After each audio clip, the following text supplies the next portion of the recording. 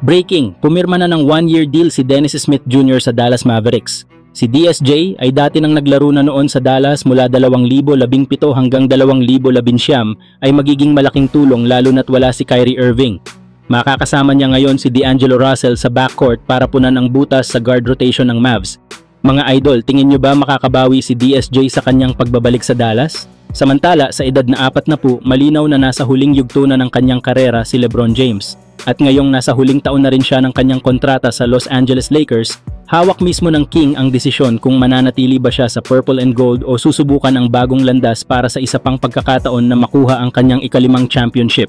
Bagamat may kasanggana siyang superstar sa katauhan ni Luka Doncic, hindi pa rin maikakaila na mahigpit ang labanan sa Western Conference. Kung sakaling maramdaman ni LeBron na alanganin ang tsansa ng Lakers na makipagsabayan para sa titulo, posible pa rin siyang mag-request ng trade bago ang trade deadline. At kung mangyari ito, tiyak na maraming contender teams ang magiging interesado. Isa na rito ang Cleveland Cavaliers na dati niyang dinala sa kampeonato, ang New York Knicks na matagal nang naghahanap ng tunay na superstar, at ang Dallas Mavericks na ngayon ay pinangungunahan ni Anthony Davis at Kyrie Irving, isang Big 3 na tiyak na magiging panlaban para sa titulo kung sasama si LeBron. Kung ano man ang maging desisyon ni LeBron, malinaw na ito ang huling pagkakataon para magpasiya kung saan niya tatapusin ang kanyang makasaysayang karera.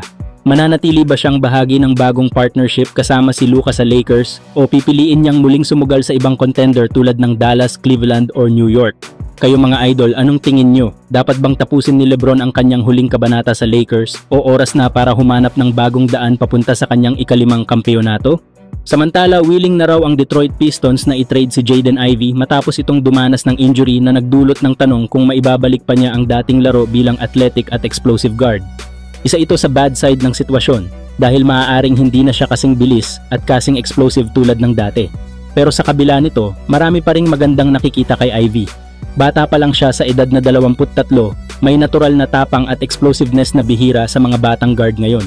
Kilala rin siya sa kanyang bilis at kakayahang sumalakay sa depensa bukod pa sa perimeter defense na matagal nang kulang sa Lakers. At dito pumapasok ang interes ng Los Angeles Lakers. Matapos nilang gulatin ang buong liga sa pagdala kay Luka Doncic sa Hollywood, mukhang hindi pa tapos ang kanilang pagbuo ng bagong puwersa. Sa presensya ni LeBron James na patuloy na lumalaban sa Father Time at Luka na bagong cornerstone na ng franchise, ang pagkuha kay Ivey ay maaaring magbigay ng bagong dimensyon sa kanilang backcourt. Kung maibabalik ni Ivey ang kanyang laro at tuluyang mahasa sa ilalim ng spotlight ng LA, maaaring siya ang missing piece na magbibigay ng athletic edge at dynamic scoring threat para sa Lakers. Ito ang uri ng swing na pwedeng mag-shift ng trajectory ng Purple and Gold. Isang batang guard na kayang mag-ambag agad at sabayan sina Luka at LeBron sa kanilang championship pursuit. Showtime, mukhang handa nang pumasok sa panibagong gear ang Los Angeles Lakers.